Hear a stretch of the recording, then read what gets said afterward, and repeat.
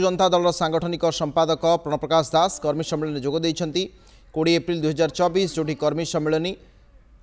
प्रणप्रकाश दास सहित जी स्थानीय बीजेडी विधायिका प्रार्थी अच्छा से उपस्थित अच्छा बीजेडी विराट कर्मी सम्मेलन में प्रणप्रकाश दास जोग देइछंती दलीय संगठन को आहरी सुदृढ़ कर बीजेडी को किभली बड़ विजय देइहेब सेथिपाई ये ब्लूप्रिंट प्रस्तुत करा जायछि। कर्मी सम्मेलन में बहु बीजेडी नेता और कर्मी सहित देवगढ़ विधानसभा बीजेडी प्रार्थी अरुंधती देवी सामिल होती आप देखुं प्रणप्रकाश दास और अरुंधती देवी मंचरे उपस्थित अच्छा हजार हजार संख्यार लोक ये जोगदी विजु जनता दलर संबलपुर लोकसभा प्रार्थी प्रणप्रकाश दास एवं अरुंधती देवी ये बीजेडी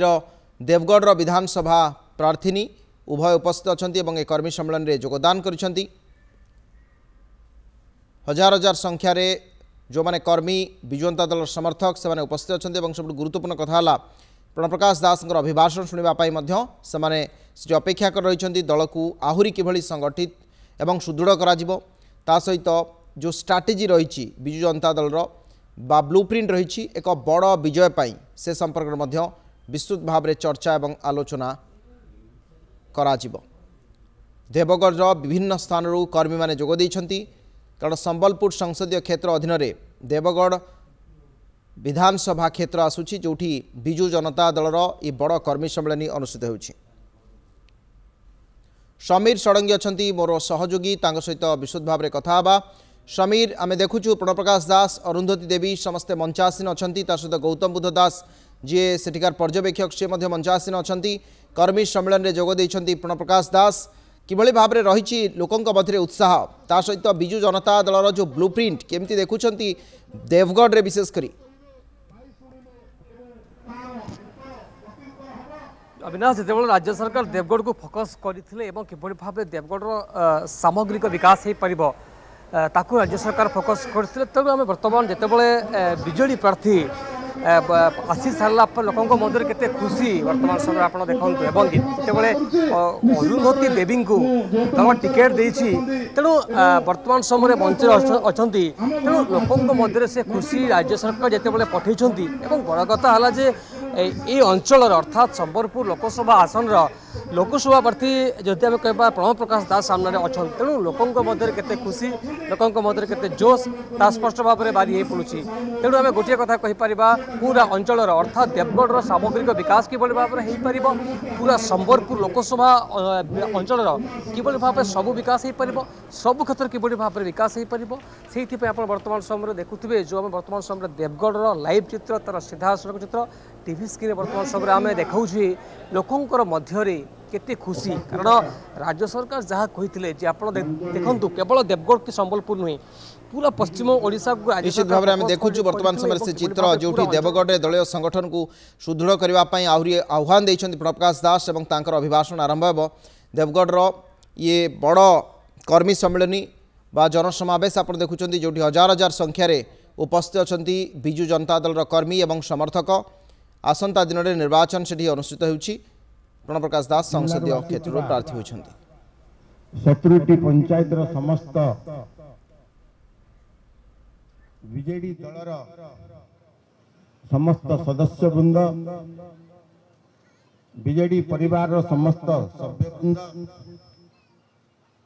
विशेष करी नवीन बाबूंकर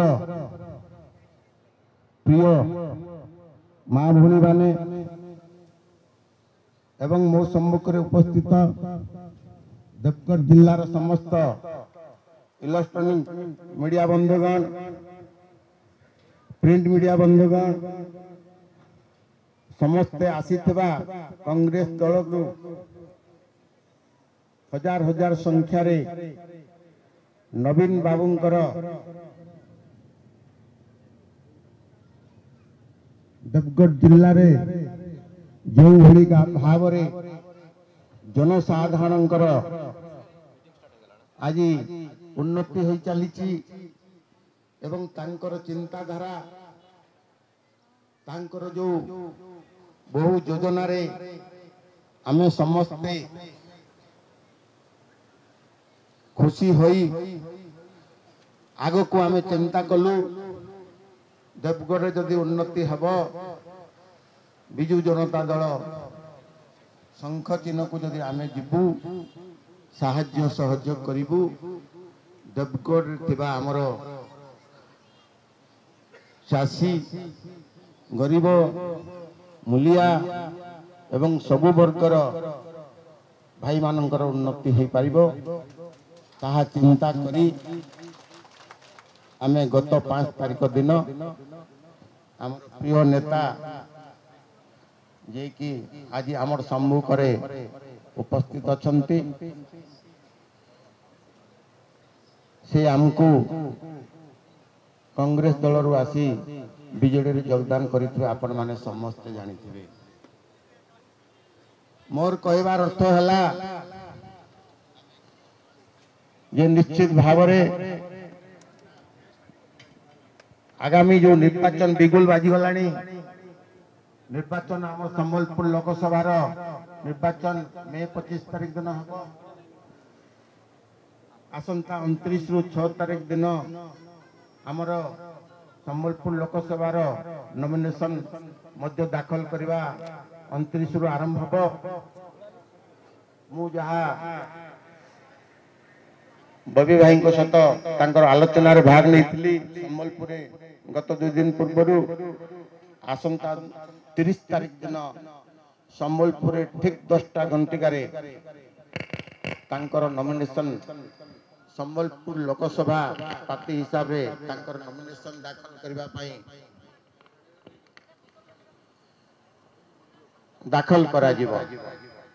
मु समस्त को आउ थे अनुरोध करुच्ची बबी भाई नॉमिनेशन जो दाखल दिन विपुल संख्यार आम देवगढ़ जिल्ला प्रत्येक पंचायत रु दाखल नॉमिनेशन दाखल रे साहाय्य करिबा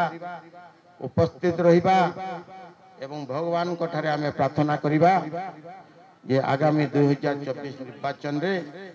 आमर प्रिय नेता बबी भाई संबलपुर लोकसभा किभली भाव रे बहु संख्यार विजयी हेबे। एवं मु गोटे कथा कहवा पई चाहूची आपण माने समस्ते जानी थिबे